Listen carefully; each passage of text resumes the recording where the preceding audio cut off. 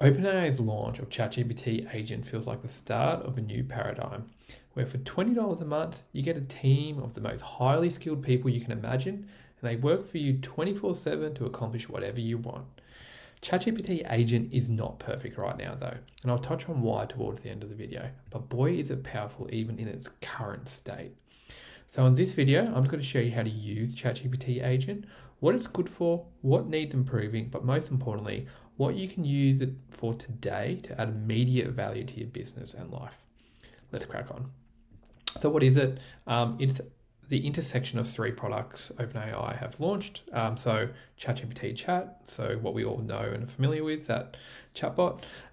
Deep Research, which is essentially their advanced research capability that ChatGPT offers. So the multi-step process that it'll go through when it's doing research on a question you have. So it's combining ChatGPT, Chat, Deep Research, and Operator, which Operator essentially, if you haven't used it, allows AI to interact with the web and perform tasks online like a human. So it's combining the three together. And so you're probably wondering, what kind of things would I use ChatGPT Agent for? It's going to have a plethora of use cases going forward.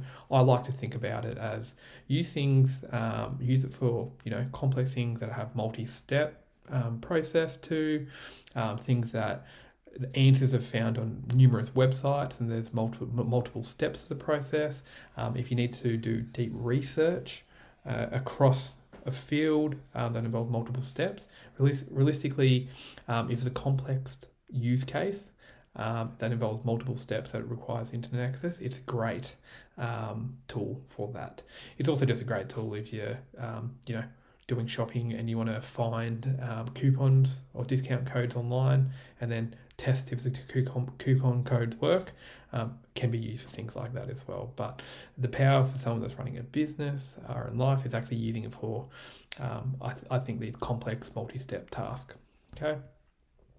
So the first thing you want to do, you need to have a plus and a premium plan for ChatGPT if you want ChatGPT Agent. The thing, if you've got it, it will show up under tools here. Okay. So the one thing to do when you are turning it on, right? You can see right here, I actually have these little icons show up. What this is, and this is the setup before you actually go in and use ChatGPT Agent, is actually connecting it to your different tools. So like I said, it's going to go and use the internet and interact with different tools online if you allow it to. And so you need to give it to the permission. So before you actually type a use case to go after, come in here and connect the different tools you want it to be able to access, right? So I want it to access Canva, all right? That's one of the use cases I'll show you today is a presentation. Gmail, drafting emails for me and putting it in draft. So I've connected it. But first and foremost, whatever you're looking to use it for, make sure you come in here and connect all the relevant tools. Okay. So for today's video, I'm going to go through one live use case, and then I'm going to go through 3 different use cases I've completed before this session, just to kind of give you a bit of a review of the output and the quality of ChatGPT Agent right here. And I'm going to give you an honest opinion. Okay. So for the live one, which I'm going to show you the user experience for, it's the prompt I'm going to put in there, and I'll read it to you just so you can kind of think through and see some of the things you can get ChatGPT Agent to do for you. So you can see here, I've essentially said, I live in the Southern Shire in Sydney, Australia. I want to explore new business opportunities in my local area. Please analyze all publicly available information online, such as Google Maps listings, forum reviews, community groups, job boards, and demographic data, and identify what are the top 3 business opportunities in the Southern Shire that meet the following criteria. So I've written strong local demand, so high search volume, complaints, long wait times, low local supply or competition, so few providers, favourable conditions for entry. And then I've just said for each business idea, give me a summary, yada, yada, yada, and I put some constraints. Focus on ideas that are hyper-local, prioritise high margin, low overhead service businesses, output should be clean structured. Okay, so this is a prompt. I'm going to hit away right now. And what's going to happen is it's going to set up a virtual desktop. All right, let me just quickly have a quick look what it's doing. While it digests, I'll tell you what it's about. Oh, there we go. This is a virtual browser desktop setup. And what you can do here is just watch what it's doing, right? And so what you need to think through is, if this was a task that a human was going to do, so identify businesses that have, high demand, local supply, what you would actually do is start typing all these keywords into Google, into Facebook, etc., and kind of see the supply side, what businesses are out there, but then also like what are people yearning for and crying for.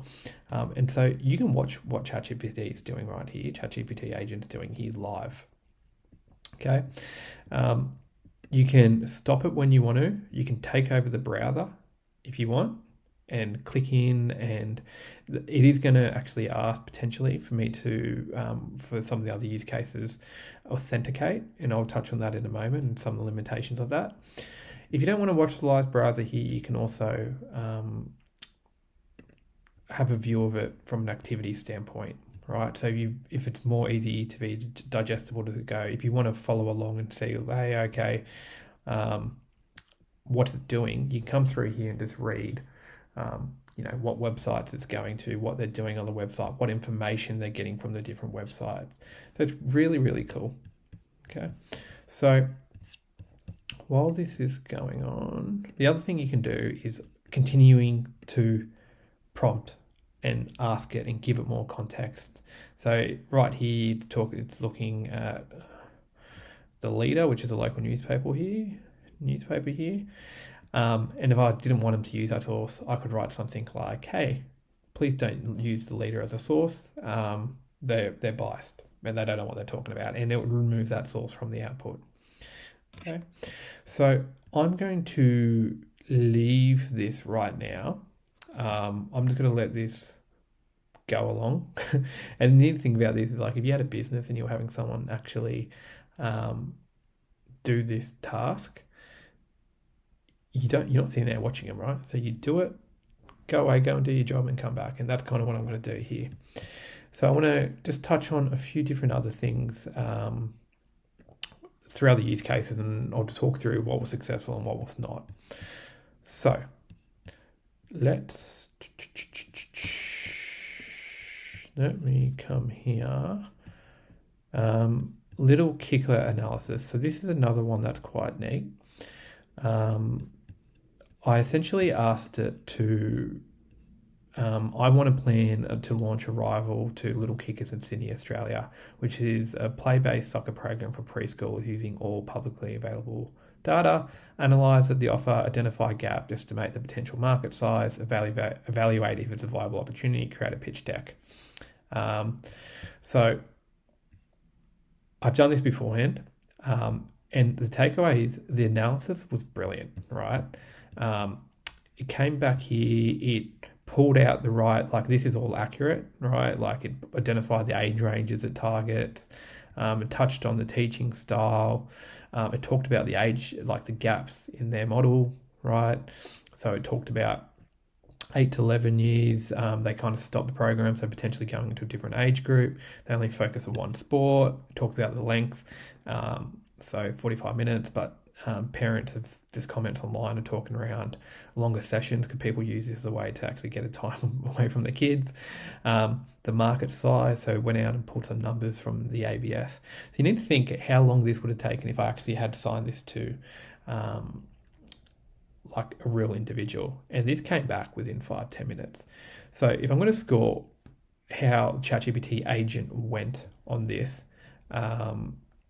it was a solid, on the analysis side, it was a solid, I'd say 8 to 9. Where this dropped off was the connection back into Canva.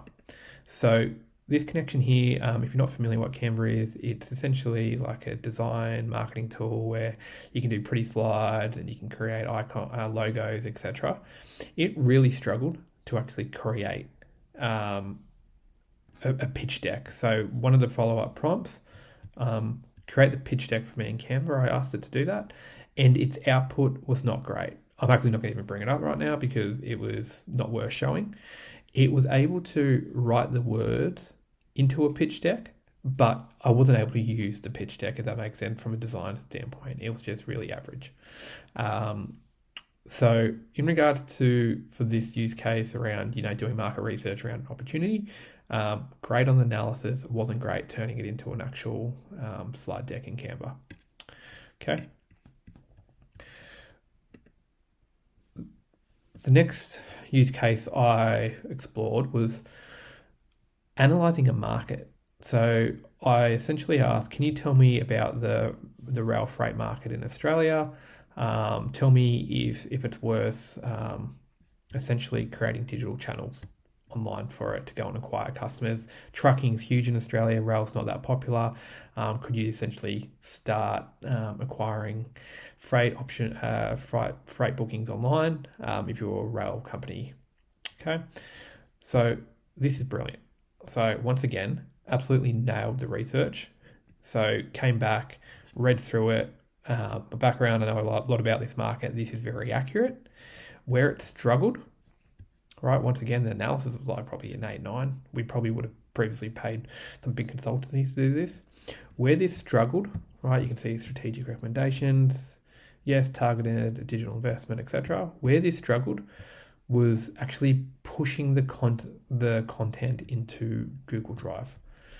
The authentication and the connector component of this is not that great at the moment. It actually opens up the window. You have to authenticate in it. It's a bit funny. You get the authentication, like passcode, come back to your mobile phone, you're in the window. And it just didn't really, wasn't able to do it. First time I've tried. I have tried multiple times and I have been able to get this stuff to work, but it's finicky. So I'd say the takeaway for this is the connecting into Google Drive, actually in some of the Google tools, isn't that great. I found it was a bit more seamless in Gemini. Obviously Gemini don't have, let me just pull this, don't have the same agent capability right now. But that's okay. And what I want to do, there's one more use case I want to show you guys.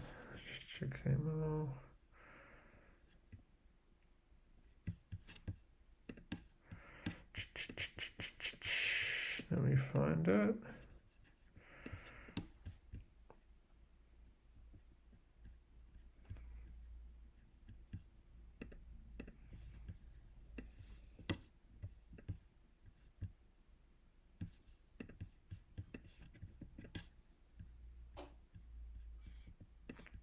Okay, here it is.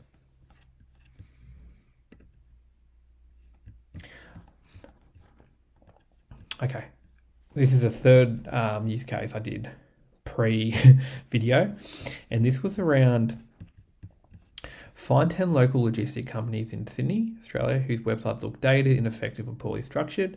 Identify each company's name, find contact information, and essentially write a warm email based on what they learned. So essentially this is like, hey, I've got a, website agency and I just want leads and I want you to go onto the website, find shitty websites, critique it, give me the contact information and let's email them and then draft an email. So how did ChatGPT Agent go on this? Good job identifying some poor websites, right? So you can see here, it's actually pulled 10 different logistic companies with really poor websites. I'm not going to click on them and I'm not going to name and shame any of these companies.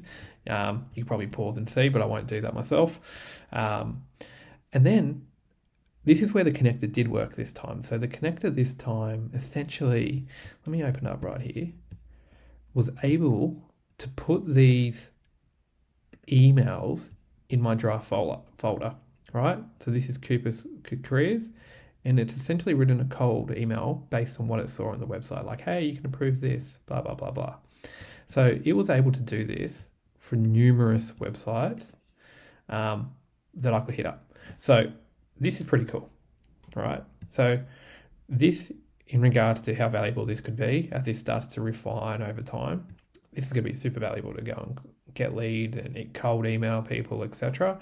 The cold emails could have been done a little better, if I'm being honest, but I could have provided a bit more context and examples in the prompt around the cold email. So pretty powerful stuff if you think about it. This is usually someone's role in sales to go out and essentially prospect, get into the Excel document, then email, and he was able to do it in 5 minutes. Okay, now let's go back to my prompt before.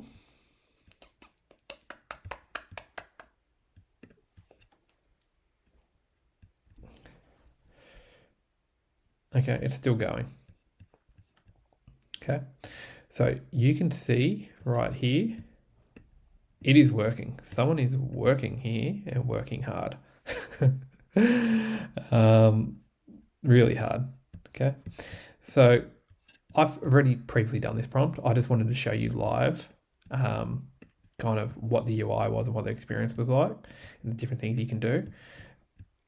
I can tell you it had absolutely nailed some of the gaps in the market. So the 3 things that identified was, opportunity 1, mobile allied health clinic in the Southern Shire. There is a sort of shortage. Number 2 is on-demand community shuttle and driver services. Yep, I know for sure that's a gap. And the best one, which I think, is digital platform for local trades and handyman services. So I know for sure that's a gap because I've just moved into a new house and I struggle to actually find qualified tradies in the area. And so, look, and let me just not click into that, right? So what I want to just kind of round this out on is like my honest opinion of where this is at.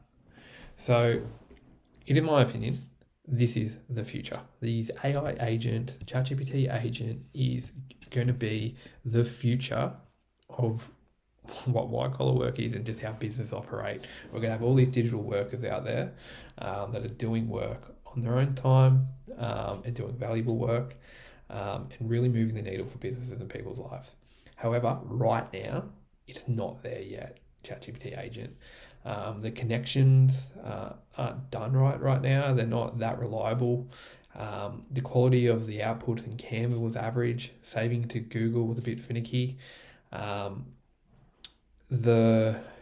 think how this needs to be done at the browser level.